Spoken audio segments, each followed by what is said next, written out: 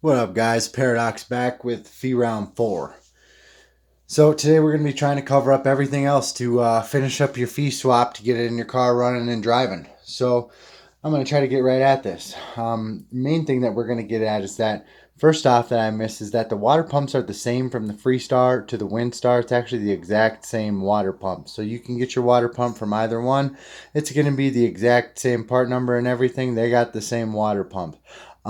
So that's going to swap right over with everything else that you're going Freestar, Windstar, and your front engine accessories. After that, this is going to be what's known as a overflow tube. And what an overflow tube is it's where your other accessories in with line of your cooling system are coming back into your water pump to push it down, and this is going to be the inlet to your water pump, and that's going to be the outlet, so it's pulling in from this way and blowing out that way. So where this usually goes to is going to be in your Mustang. It's what they call the burp tube, or the overflow coolant routing. And where it's going to go back to your heater core. Where in a Mustang, it's going to come from here and it's going to go on a little swig up to the actual burp where they allegedly say to burp that thing, but nobody burps it out of it. It's just a high point of the whole cooling system, which is going to be like a similar to right here, or the heater core, because those are going to be about the two high points of the system. So when you have the Mustang tube and it goes, right around the wrong side of the engine, all the way around the backside through the heat the whole way into your heater core and then back out here, it just seems very bad design, and then comes back in from this front down to, of course, the inlet to your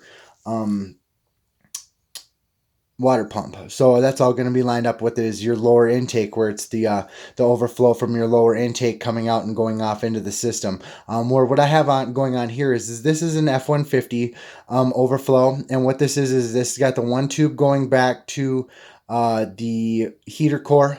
So it's going to come back from my lower intake tube. It's going to go to my heater core, and then it's going to come up to this. So that's all going to keep in a regular line using the F-150.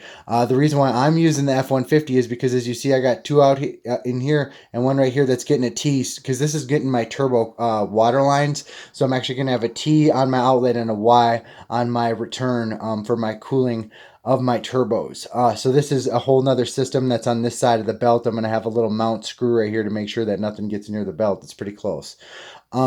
So that's going to be how I'd run the twin turbo coolant routing. This is how you do the same thing, but with just one of each for a single turbo mount that's either going to be here or over there. But when you have the front engine accessories, you're able to mount your turbo on either side. Some people would like it over here with the long downpipe, so they get a really long, less boost lag, and they're going to get a really good downpipe response. So you're able to actually figure stuff out. So this is for twin turbo or turbo routing, and I would tell anybody else, if you're running the Freestar Windstar FEA, you're going to want to run a Freestar Q tube, is what I call this. And this is the most weird little tube. But what I like about this one is it's able to be mounted down right here. It completely avoids all your accessories. It just goes along the back in here. And this is able to be bent from the tire well, the 5 degrees that it needs to get to aim this direction at the firewall, to receive the heater cores line. So this is also going to be super easy, because from here to here as an attachment is, from what I have found,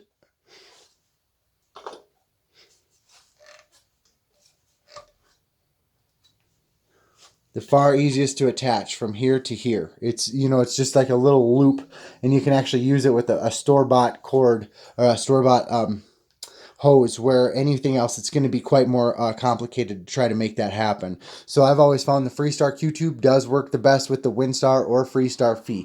But you got to change up your Q-tube or your overflow, because that thing that you have just gets in the way of this, and it's just got to go. It's really one of the most obsolete designs, and as you see, it's actually, don't be scared of it. People say don't bend it. It's literally this easy to remove.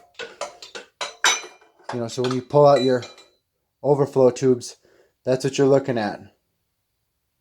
It's just a gasket on a tube, and just kind of, what I'll usually do is use a screwdriver right here, and don't ever give it too much, but just kind of wiggle it up as you pull, and it'll always come out real super easy. Don't be scared of it.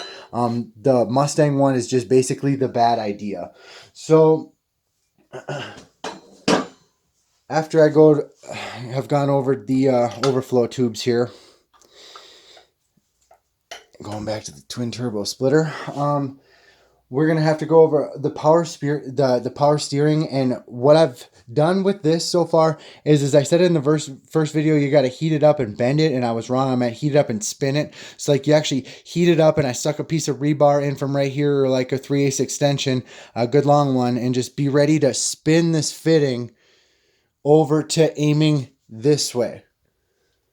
So when it's aiming this way, it's able to make a nice little down loop, and you're able to atmospherically have low pressure side correct. So it's not having to like build the pressure back through the bottom of the reservoir sieve and come up to this. So it's just really the easy way to do it, and it's not a big deal. I would almost do it live and just fucking spin it, but you know, like it's just a one of a time, and I got to get this in the car to figure out exactly what direction I want it, because when it cools down, it's going to, you know, seize up again in whatever direction I have this, and then you seal it. So that's how you change the power steering low side. The power steering high side, the big thing is that you do have to heat and bend the cord, but it does fit. So when you have the line that's coming from the power steering rack that goes up into your power steering, that's usually down there in the Mustang, you're actually able to use that exact cord that's in your Mustang, and you run it up along this side of the alternator right here, back through this area to right here. And when it happens, you're going to have about a 90-degree bend that doesn't go this way. It just like kind of comes out in front of the whole belt line area. And all you really got to do is hit that with a torch and just bend it. Like it's not that big of a deal. I've did it on mine the first time, and it was just kind of like, it heated up, it kind of singes down some of the outer sheathing on it, and you just kind of bend it. And I didn't have any cracks on mine. I have a 04 from Minnesota, and it is super rusty. So if mine would have if it would have went, it would have went on that car. So that's what you need to do to get your Mustang OEM power steering high line into your Freestar power steering pump. So after that, I do have hydrobooster fittings. So when you're running the twin turbo setup, the big deal is that you are going to need to run a hydrobooster to get your downpipe out, and because you're going to have your drive shaft over there and everything. So getting that downpipe out is really the biggest bitch of this whole system. So when you're running hydroboost, you do need certain fittings for this, and I am just going to go ahead and give them away. The hydrobooster for fitting is going to either be a Russel 670530 for this side, and then it's going to be a Russel fitting 64808 for the actual hydro booster. And that's going to, and if that's incorrect, what it is on this side, it's a 16 millimeter by 1.5 thread pitch to a 6AN fitting. And then with that side, it's going to be an 18 millimeter 1.5 O-ring to a 6AN fitting. And that's going to be, I believe, a power steering fitting. Jegs has both of them. This is a Earl's fitting. I actually had to cut this fitting down, so I wouldn't recommend this fitting, but it works. It's just a 16 millimeter by 1.5 thread pitch, and it worked.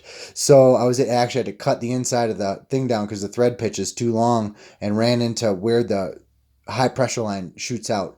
So with that in, I actually have hydro booster to this.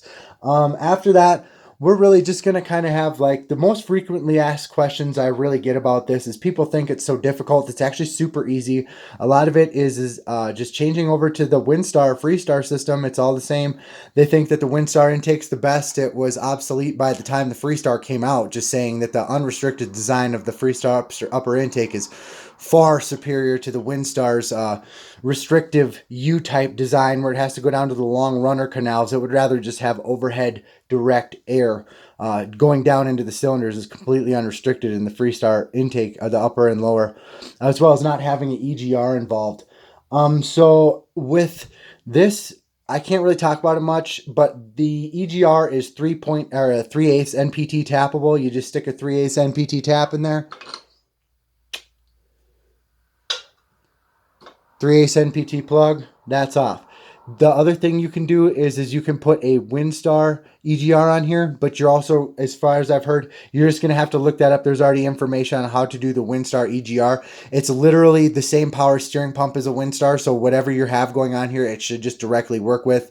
The Windstar and the Freestar pretty much have the same front engine accessories, except for some of them are slightly different due to like the retrogress and then the new era coming in. So some things are slightly different, where if you're going to take a combination, you're going to want a power steering pump from a Freestar. You're going to want a water pump from either. You're going to want a alternator from your year Freestar or Windstar, and then put that voltage regulator in it. And then you're going to want your harmonic balancer from whatever year you have Freestar or Windstar, and it all just swaps right on. So once you have that, you're going to have to, of course, do the upper and lower radiator tubes. That's coolant tubes.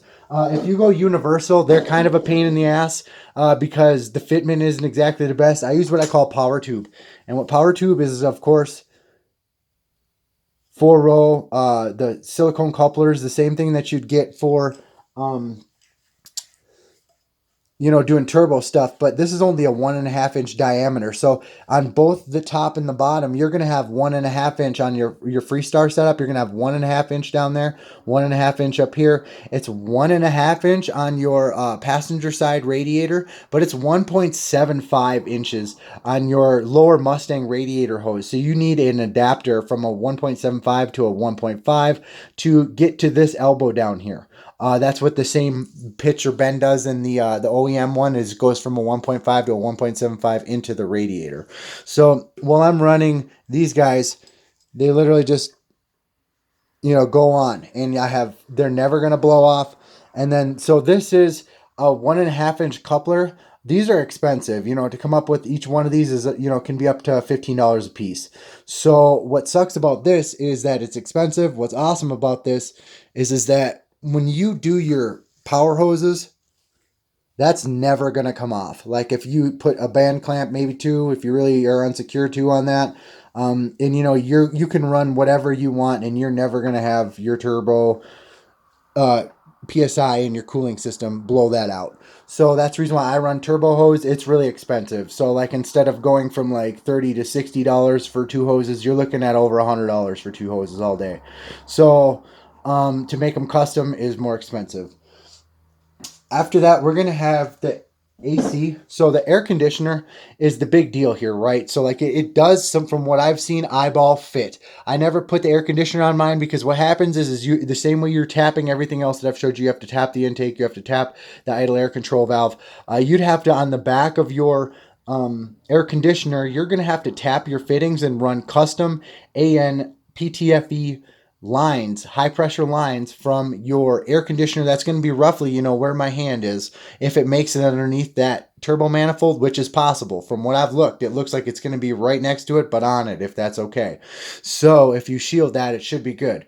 But if you do tap the back, it's probably going to be 3/8 NPT taps or 1/2 inch, one of the two, and you're just going to have to tap it and use the PTFE lines to run Freon R34A lines. Now, when you run your lines, you're going to have to take them from the back of the engine bay on this side all the way to the back of your air conditioner. That's going to be a Freestar or a Windstar air conditioner that's right here. And you're going to have to plumb the lines literally to the AC accumulator is going to be, on the passenger side of the engine bay front, and come back out of this side. And when you do it, it's just going to have to be all in custom lines, adding the orifice tube, and how you're going to do everything is all custom. So if you want to take that dive and do the whole custom air conditioner, and give it some more street ability, go ahead. But, we're just looking for power steering, power brakes. We want power to the whole car, electricity, water pump, everything, that we can make this thing streetable. So we've been able to completely swap everything over. The things we've gotten rid of, we've gotten rid of. We've taken care of everything that we can, and I want to thank you guys for even looking at the Freestar front engine accessory swap, because I've just been fairly criticized for trying to reinvent the wheel. They had told me that everything's been figured out about this car, but then at the same time, if you're looking for specific information, there's no way to get it. You have to find it yourself. Other than that, you can get information on a Windstar swap or an M112 swap and fuck Matt Hyde. So it's just one of those things that instead of having to follow the sheep in a trend in a circle jerking room, we're going to have to take a step forward as other people and, you know, figure out the way to do this. So I've made the front engine accessory swap for you guys so we can get you twin turbos on everything. And that's the Paradox with all the tech support for you guys. Have a great night.